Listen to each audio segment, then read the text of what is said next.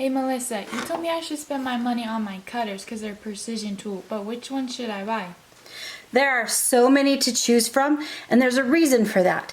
You are going to choose the one based off of what you're going to be cutting.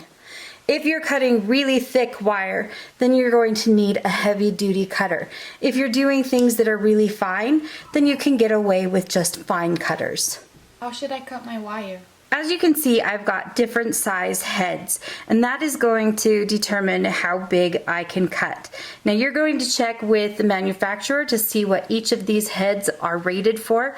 When it comes to cutting, you want to be avoiding these tips as much as possible. Look at how little metal there is compared to a bigger head on this one. And again, there's less metal here and then there is back here as you get further down into the jaw.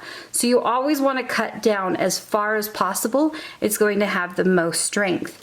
Now, in each case of these cutters here, these are all what we would consider a flush cutter or a shear, but they have that same shape where they come down to a V. Well, that means that on the back side, I'm going to be left with a flat edge, and on the front side, I'm going to be left with a small pinch.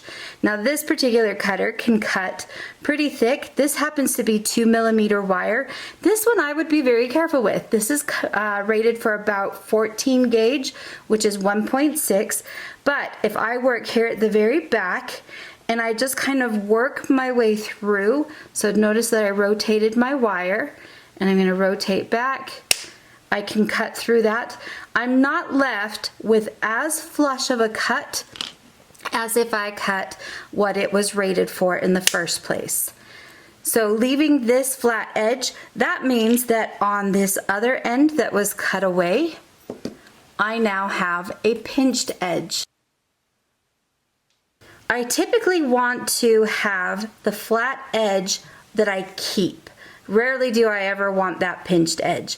So by keeping the flat edge, I'm going to place that flat side next to my piece and then make my cut.